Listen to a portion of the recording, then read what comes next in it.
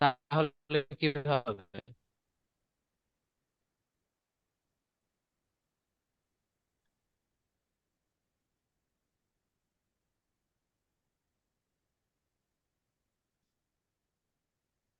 Hello, hello. হ্যাঁ ভাইয়া, শোনা যাচ্ছে। আচ্ছা, জি ভাইয়া। আমার ইন্টারনেটেই প্রবলেম হইতেছিল। এখন কি ঠিক আছে? দেখেন তো, সবাই শুনতেছেন? বুঝলাম না, জি হুট করে জি দেখলাম স্যার। যে আমার ইন্টারনেটে কি যেন প্রবলেম হয়েছে।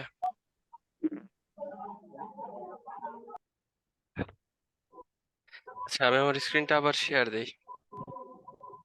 আজকের ভিডিও দুই ভাগ হয়ে গেছে, আপনারা দুই ভাগে আজকের ভিডিও পাবেন।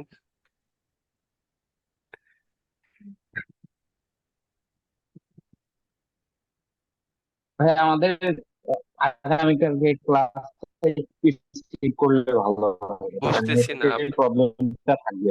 আপনার কথা আটকে আটকে আসতেছে স্যার। মানে এটা আজকে যেহেতু আমরা সবাই স্যার ক্লাসে আছি। এভাবে স্যার এভাবে ক্লাস করতে আমি চাই না। বলছি যে মানে আমাদের আগামীকালকে ক্লাসটা, মানে আজকে ক্লাসটা আমাদের কি ব্যাকআপ 4-5টা ক্লাস থাকা ওইটা তো দিয়ে দিন, প্লাস আমাদের আগে আগামীকালকে ক্লাসটা ক্লাসটা অফ আপনি স্কিপ করা করে দিন। উচিত। এটা অ্যাডমিন মানে অথরিটিকে জানাবেন যে স্টুডেন্টরা অ্যাটেন্ড করতে চাচ্ছে না যেহেতু নেটের প্রবলেম। ভাই আমরা তো ক্লাসের ফ্লোটাও হারিয়ে ফেলতেছি, মনোযোগ নষ্ট হচ্ছে, মানে ধারাবাহিকতা ধরে রাখতে পারছি না এইভাবে যদি ক্লাস হয়। আপনাদের কথা কি আপনার বলবো, কথা বোঝা আমার যাচ্ছে না, নিজেরই তো একই আমাদের অবস্থা। কথা আপনি শুনতে পাচ্ছেন না। না সেটাই ভাইয়া তো আমরা বলতেছি। গ্রুপে জানিয়েছিলাম, কিন্তু সেরকম ভাবে আমাদেরকে রেসপন্স করেনি, বলছে দেখবে আজকে এবং কালকের ক্লাস। আজকে এবং কালকের ক্লাস যদি দেখে তাহলে তো নেক্সট উইকে নেট এমনি সলভ সলভ হয়ে হয়ে যাবে, যাবে, আমাদের এক তো এই সপ্তাহের মধ্যে সলভ হয়ে যাবে এটা। আচ্ছা ঠিক তা আছে, তাহলে আমরা শুনুন। জানিয়েছিলাম আচ্ছা আচ্ছা, ঠিক আছে, তাহলে একটা কাজ করি। হ্যাঁ, আমরা আজকে যে পার্টটুকু দেখছি সেটা কি স্যার বুঝে গেছে সবার? জি স্যার, আজকে জি তার স্যার। থেকে বুঝে গেছে। আচ্ছা, তাহলে আপনারা যদি বলেন আমি হচ্ছে এখানে শেষ করে দিতে পারি মেইনলি, কারণ হচ্ছে আমাদের ব্যাকলিংকের 4টা ক্লাস টোটাল। হ্যাঁ, মেইন হচ্ছে 3টাই ক্লাস, বাট এরপরে একটা হচ্ছে আপনাদের ওভারভিউ ক্লাস থাকে, যেটার ভিতরে আমরা হচ্ছে সবগুলো ব্যাকলিংক নিয়ে আসলে আবার জি একটু কোয়েশ্চেন করি যে আপনাদের হচ্ছে এই পর্যন্ত কারো কোনো কোয়েশ্চেন আছে কিনা বা বুঝতে কোনো আপত্তি আছে কিনা। আর যদি অফলাইন ব্যাচের ক্ষেত্রে মেইনলি এটা করা যে অফলাইন ব্যাচে হচ্ছে আমরা এটা একটা প্র্যাকটিক্যাল নেই। সো আমরা ওই ক্লাসটায় হয়তোবা যেটা বুঝি না ওইটা হচ্ছে আলোচনা করে নিতে পারবো। জি ভাইয়া, হ্যাঁ এটা করা যাবে। সো আমরা এইটা, নেটই অনেক স্লো, আমার দিক থেকে আমার স্ক্রিন ফ্রিজ হয়ে যাচ্ছে ভাই। হ্যাঁ আর আচ্ছা, কথা ধরুন একটু আটকে যায়, তারপরে 1 মিনিট অনেক স্পিডে কেস কথা শুনি। পোস্টিংটা তাহলে শেষ করেন। গেস্ট পোস্টিংটা তাহলে শেষ করবো। আচ্ছা ঠিক আছে, তাহলে আমরা এইটা শেষ করি, তারপরে হচ্ছে আমরা নেক্সট ক্লাসে দেখবো না। হ্যাঁ, জি। ওকে, আমার স্ক্রিন দেখা যাচ্ছে? হ্যালো, না স্যার। এখন দেখা যাচ্ছে? না দেখেন তো। ভাই, হ্যাঁ স্যার, এখনো আসে না ভাই, একটু সময় লাগবে। এখন আসছে। এই যে ইউআর স্ক্রিন শেয়ারিং লেখা আছে আমার মনিটরে এখন, সবাই দেখছেন? হ্যাঁ, আমারটা এখনো আসে নাই। হ্যাঁ এখন দেখা যাচ্ছে। দেখা যাচ্ছে স্যার। আচ্ছা ঠিক আছে স্যার, তাহলে মেইনলি হচ্ছে এইখানে দেখেন, আমরা যখন এই যে রাইট ফর আস কথাটা লিখবো এই যে কিচেন লিখে, বা আমার যে নিশটা আছে মেইনলি সেই নিশটা লিখে, অথবা আপনি যদি হচ্ছে এই জায়গায় একটু দেখেন ইউর কিওয়ার্ড, তারপর হচ্ছে ইন ইউআরএল রাইট ফর আস, বা আপনার কিওয়ার্ড প্লাস হচ্ছে গেস্ট পোস্ট, বা আপনার কিওয়ার্ড প্লাস হচ্ছে বিকাম অ্যান অথর বা become a contributor, submit an article, contribute, এই ধরনের কথাগুলো যদি হচ্ছে আপনারা লিখে গুগলে সার্চ করেন, সো এই যে ইওর কিওয়ার্ড এই জায়গায় হচ্ছে জাস্ট আপনার কিওয়ার্ডটা দিতে হবে যে আপনি কোন কিওয়ার্ডের কন্টেন্টটার জন্য একটা গেস্ট পোস্ট চাইতেছেন।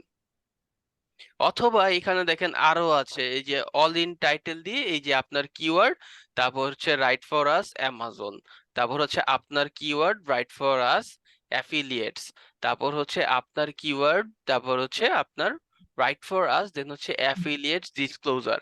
তো এই ধরনের কথাগুলো আমরা যদি লিখি তাহলে হচ্ছে গেস্ট পোস্ট পাওয়ার মতো ওয়েবসাইট আমরা পাবো। এন্ড আমি সবচাইতে বেশি এই একটা সার্চ টার্মই সবচাইতে বেশি ইউজ করি, আর এটা দিয়ে আমার অনেক ওয়েবসাইট পাওয়া হয়েছে যেগুলোতে হচ্ছে আমি ব্যাকলিংক করছি। তো দ্যাটস আমি এইটাই দেখাই সব ক্লাসেই আমার, এন্ড এইটা বাকি যে প্রসেসগুলো আছে সেইগুলো সেম। ওকে, সো এই জায়গায় যে সাইট গুলো পাইছি, আমরা যদি এই ওয়েবসাইট গুলোতে চলে আসি এন্ড আসার পরে দেখেন তারা কি বলছে যে এই যে এইখানে তাকে গেস্ট পোস্টটা সাবমিট করতে, এন্ড এইখানে দেখেন write for us and get paid for your writing and this step. So তারা যেটা বলতেছে যে আপনি তাদের জন্য লিখলে তারা টাকা দিবে, কিন্তু এটা একেবারে ডাহা মিছা কথা। ঠিক আছে, এন্ড আপনি যদি এই জায়গায় একটু খেয়াল করেন, দেখেন এটা কি AVI, আভি, এটা কি তাহলে ইন্ডিয়ান কারো নাম মনে হচ্ছে না? জি ভাই, জি জি জি স্যার। এন্ড তারা হচ্ছে সবচাইতে বেশি স্ক্যাম করবে। হ্যাঁ, সো টাকা পয়সা আপনারা দিবে না, ধইরেই রাখেন, এমনিও দেয় না। আর উনি তো আর আগে দিবে না, উনি টাকা পয়সা নিবে আর অনেক বেশি টাকা পয়সাই চাবে, এমন অবস্থা। তো আমরা যেটা করতে পারি সেটা হচ্ছে এইখানে থেকে আসার পরে এই সাইট গুলো এইভাবে খুঁজে বাইর করতে পারি গেস্ট পোস্টের জন্য। এন্ড এরপরে হচ্ছে এখানে দেখেন তার পোস্টের কি কোয়ালিটি থাকা লাগবে। সো এইখানে এই পার্ট গুলো হচ্ছে আপনার কন্টেন্টের মেনটেন করা লাগবে। যেমন লিঙ্কের কথা বলতেছে, তারপর হচ্ছে এই লিঙ্ক বা ইউআরএল আছে কিনা, এই পার্ট গুলো যদি আপনি সব মেনটেন করে তারপর তাকে একটা কন্টেন্ট দেন, সেক্ষেত্রে হচ্ছে উনি কি করবে, এটা গেস্ট পোস্টের জন্য অ্যাপ্রুভ করে নিবে। বোঝা গেছে?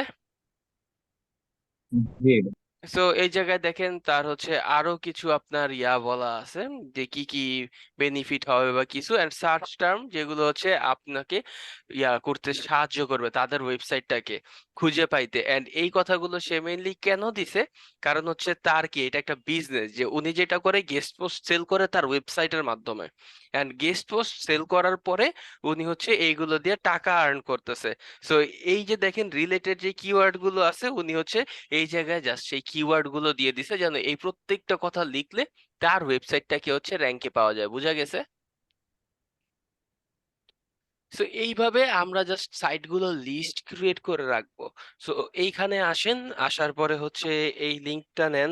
ধরেন হচ্ছে আমরা যদি আবার নতুন একটা শিট নেই গেস্ট পোস্টের জন্য, দেন হচ্ছে এটার সাইট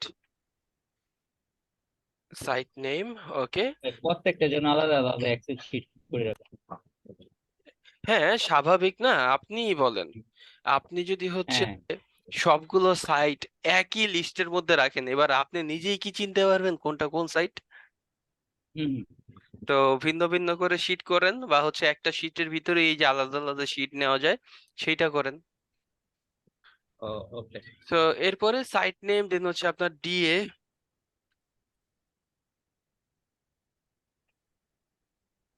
ডিএপিএ দেন, তারপর হচ্ছে তার স্প্যাম স্কোর দেন।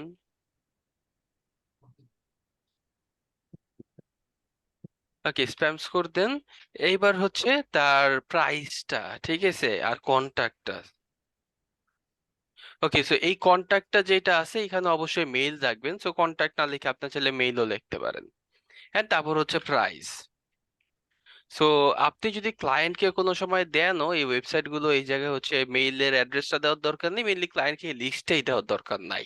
ঠিক আছে, আর দিলেও এই জায়গায় এই যে ফাইলগুলো সাইট গুলোর নাম যে আছে এগুলো দিয়ে না। যেটা করতে পারেন, কেন বলা বিষয়টা, আমাদের এরকম এশিয়ান সাবকন্টিনেন্টে এমন অনেক কান্ট্রি আছে যারা হচ্ছে আমাদের ঠকায় আর কি। যেমন ইন্ডিয়ানের কথাই যদি বলি, তো তারা তো জানেনি যে কাজ দিয়ে কি করে, নেগেটিভ রিভিউ দেয়। পাকিস্তানিরাও সেম কাজগুলো করে। সো আপনি যদি ওনাদের কাছে আসেন এন্ড ওনাদেরকে যদি বলেন যে আমার কাছে এই লিস্ট আছে, আমি এই লিস্টে তোমার গেস্ট পোস্ট করে দেবো, সে বলবে লিস্টটা দাও, এন্ড আপনি এই লিস্টটা যদি দিয়ে দেন মেইল টেল সহ, তাহলে উনি কি সাইডের লিস্ট গুলো পেয়ে গেছে না? এবার উনি আউটরিচ করলেই তো হবে, আপনারে আর কাজ দেওয়ার দরকার আছে? লিস্ট গুলো পাই দেওয়া যাবে না client না, কে? হ্যাঁ, লিস্ট ক্লায়েন্টের যদি আপনি কাজ করে দেন তখন দিন, সমস্যা নাই। যেহেতু আপনি ক্লায়েন্টকে কাজ করে দিছেন তখন আপনি দিতে পারেন। সবগুলো ওয়েবসাইট তো আর ক্লায়েন্টের করবে না। আপনার কাছে এরকম 100টা ওয়েবসাইটের লিস্ট আছে, বাট আপনি সবগুলো ওয়েবসাইটে ক্লায়েন্টের জন্য কাজ করেন নাই, তাহলে সবগুলো ওয়েবসাইট কি ক্লায়েন্টকে দেওয়ার দরকার আছে? না। নাই, জাস্ট ক্লায়েন্টের যে কয়টার জন্য হচ্ছে আপনি গেস্ট পোস্ট দিচ্ছেন সেই কয়টা দেন, আর প্রোফাইল ব্যাকলিংক যেই কয়টা করছেন অতগুলোই দেন। তারপর কমেন্ট ব্যাকলিংক যেই কয়টা সাইটে করছেন অতগুলোই দেন। এটা হচ্ছে আপনার ক্লায়েন্ট যতটুকু কাজ চাইছে তাকে ওই রিপোর্টিংটা দেওয়ার জন্য যতটুকু দেওয়া দরকার। সব রিসোর্স আর ক্লায়েন্টরা শেয়ার করবেন না, তাই না? তো এই জায়গায় হচ্ছে আপনি সাইটের নামটা রাখেন, তারপর হচ্ছে ডিএপি টা রাখেন, স্প্যামস কোডটা রাখেন, মেইলটা রাখেন, এন্ড এই জায়গায় হচ্ছে উনি গেস্ট পোস্ট নিতে আসলে কত ডলার চার্জ করবে এইটা রাখেন। আর আপনাদের হোমওয়ার্কের জন্য অ্যাডিশনাল একটা পার্ট রাখবেন, সেটা হচ্ছে স্ক্রিনশট। ওকে, এন্ড এই জায়গায় আসলে মেইনলি কি থাকবে, এই যে আমরা যে ওয়েবসাইটটা পাইছি, ওনাকে আমরা একটা মেইল করব না? কোথায় মেইল করব? এই যে দেখেন সে কি তার মেইল আইডি দিছে না? সো এই মেইল আইডিটা এই জায়গায় স্যার নিয়ে দেখতে কি পাচ্ছি। দেখতে পাচ্ছেন না? জি স্যার, স্যার দেখতে হ্যাঁ পাচ্ছি। দেখতে পাচ্ছি, এখন দেখতে পাচ্ছি। ওকে, সো এই যে দেখেন সে যে আপনাকে মেইল আইডিটা দিছে, এই মেইল আইডিতে আপনি একটা মেইল করেন। কি রকম মেইল করেন? এই যে আমাদের এই ফরম্যাটটা আছে, এখানে দেখেন তারা একটা বলে দিছে, জাস্ট একটা আপনার এক্সাম্পল, হ্যাঁ, যে I want to publish quality guest post on your website. এইটা হচ্ছে আমার সাবজেক্টটা। এই সাবজেক্টটা দিয়ে তারপরে কি দিছে, ডিয়ার, তারপর তার নাম যে কোনো একটা হইতে পারে, hope you are well and living a good life, you always publish good quality content on your website. So তারা একটু তেল মারেন ফার্স্টে, একেবারে ডাইরেক্টলি যদি হচ্ছে আপনি তাকে কাজের অ্যাপ্রোচ করেন হবে, কারণ হচ্ছে মেইনলি উনি নিজেও আসছে এখানে বিজনেসই করতে। বাট স্টিল আমরা একটু সুন্দরভাবে কথা বলার চেষ্টা করবো, একটু কমিউনিকেট করব ভালোভাবে। সো এখানে আসার পরে তাকে জাস্ট বলতেছেন যে hope you are doing well and living a good life. তো আপনি হচ্ছে সবসময় আপনার ওয়েবসাইটে ভালো ভালো কন্টেন্ট পাবলিশ করেন, দ্যাটস ওয়াই আমি হচ্ছে আপনার ওয়েবসাইটে ভালো কোয়ালিটির কন্টেন্ট পাবলিশ করতে চাচ্ছি। সো আপনার যে রিকোয়ারমেন্ট গুলো আছে কন্টেন্ট পাবলিশ করার জন্য, সেইগুলো আমাকে বলেন। দেন হচ্ছে রিগার্ডস আপনার নাম। এন্ড এই জায়গায় যেহেতু হচ্ছে দেখেন আমি যাদের কাছে রিচ আউটটা করতেছি বা আউটরিচটা করতেছি, তাদের কি অলরেডি রিকোয়ারমেন্টস দেওয়া আছে না? তাহলে কি আমি এই কথাটা আর বলবো?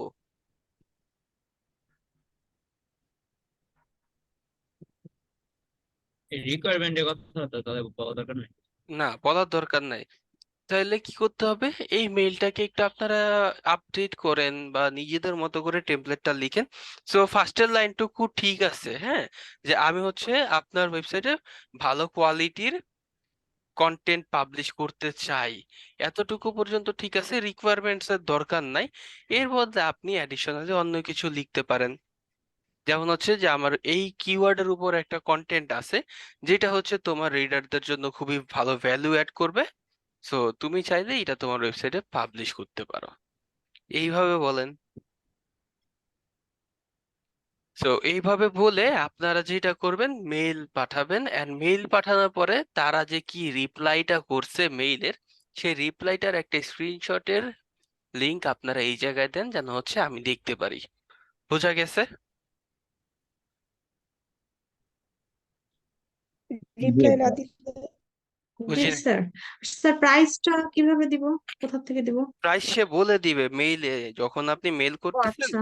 তখন সে বলে দিবে হ্যাঁ। যে তার ওয়েবসাইটে আপনার গেস্ট পোস্ট পাবলিশ করতে কত টাকা লাগবে।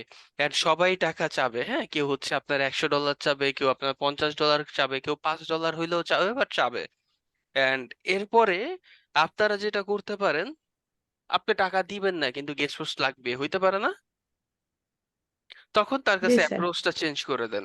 এবার বলেন যে আমরা হচ্ছে ইনিশিয়াল স্টেপে গেস্ট পোস্টের জন্য কোনো বাজেট রাখি নাই, বা আমি হচ্ছে গেস্ট পোস্ট টাকা দিয়ে নিতে চাচ্ছি না, বা আমার কাছে এখন ওই রকম বাজেট নাই, বাট তুমি যদি চাও সেই ক্ষেত্রে আমি কি করতে পারি, তোমার সাথে লিংক এক্সচেঞ্জে চলে যাইতে পারি। এখন লিংক এক্সচেঞ্জটা মেইনলি কি, এই যে আমি তোমাকে একটা লিংক দিব, এর বদলে তুমি আমাকে একটা লিংক দিবা, এইটাই হচ্ছে মেইনলি লিংক এক্সচেঞ্জ। বোঝা গেছে? এন্ড জি স্যার। কথা হচ্ছে লিংক এক্সচেঞ্জটা কিন্তু অত একটা ভালো প্র্যাকটিস না। যদি আপনি লিংক এক্সচেঞ্জ করেও ধরা খান, সেই ক্ষেত্রেও জামিন নেই, পেনাল্টি খাবেন, প্রবলেম হবে। বাট প্রবলেম কিভাবে না হইতে পারে, তো ধরেন আপনি হচ্ছে একটা কন্টেন্ট থেকে তাকে ব্যাকলিংক দিছেন একটা কন্টেন্টে, আর সেই এক্সাক্ট কন্টেন্ট থেকে আপনাকেও সে ব্যাকলিংক দিল, তখন এটা হচ্ছে লিংক এক্সচেঞ্জে ধরা খায় যাবেন। সো এইটা করা যাবে না। আপনি ওই ওয়েবসাইটের অন্য যে কোনো একটা কন্টেন্ট থেকে আপনার অন্য যে কোনো একটা কন্টেন্টে ব্যাকলিংক দেন, সমস্যা নেই। বাট আপনি যদি এক্সাক্ট ওই দুইটা কন্টেন্টের ভিতরেই লিংক করা শুরু করে দেন, তাহলে দেখবেন যে তারা বুঝে গেছে। বুঝতে পারছি।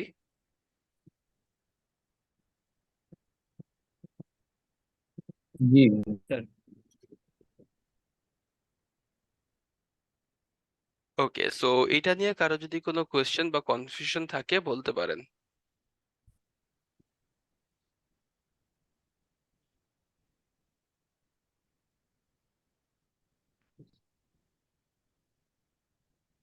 কারো কোনো কোয়েশ্চেন নাই? আচ্ছা, তাকবীর হোসেন কি আমাদের ব্যাচের? আমাদের ব্যাচে কি তাকবীর হোসেন নামে কেউ আছেন? জি জি, আমি ট্রান্সফার নিয়েছি অফলাইন থেকে অফলাইন অনলাইনে। থেকে অনলাইনে? আচ্ছা, ব্যাচ আপনি ট্রান্সফার। হচ্ছে ইয়া করছেন, গ্রুপে রিকোয়েস্ট দিছেন তাই তো? জি, আচ্ছা আচ্ছা, ঠিক আমি আছে, ওকে, অ্যাকসেপ্ট করে গত দিন। উইকে বলছিলাম আপনার আমি পাই নাই তো যে গত উইকে। রিক্সটা ধরার জন্য। তো গত উইকে পাই আমি দিছিলাম অনেক আগে, মনে হয় নোটিফিকেশন নিচে পড়ে গেছিল। হইতে পারে। আচ্ছা আচ্ছা, ঠিক আছে, সো আজকের ভাইয়া এতটুকুর ভিতর যদি কারো কোনো আমাকে একটু কনফিউশন কাইন্ডলি না চেক করবেন থাকে শেষ করে দেই। বুঝি নাই।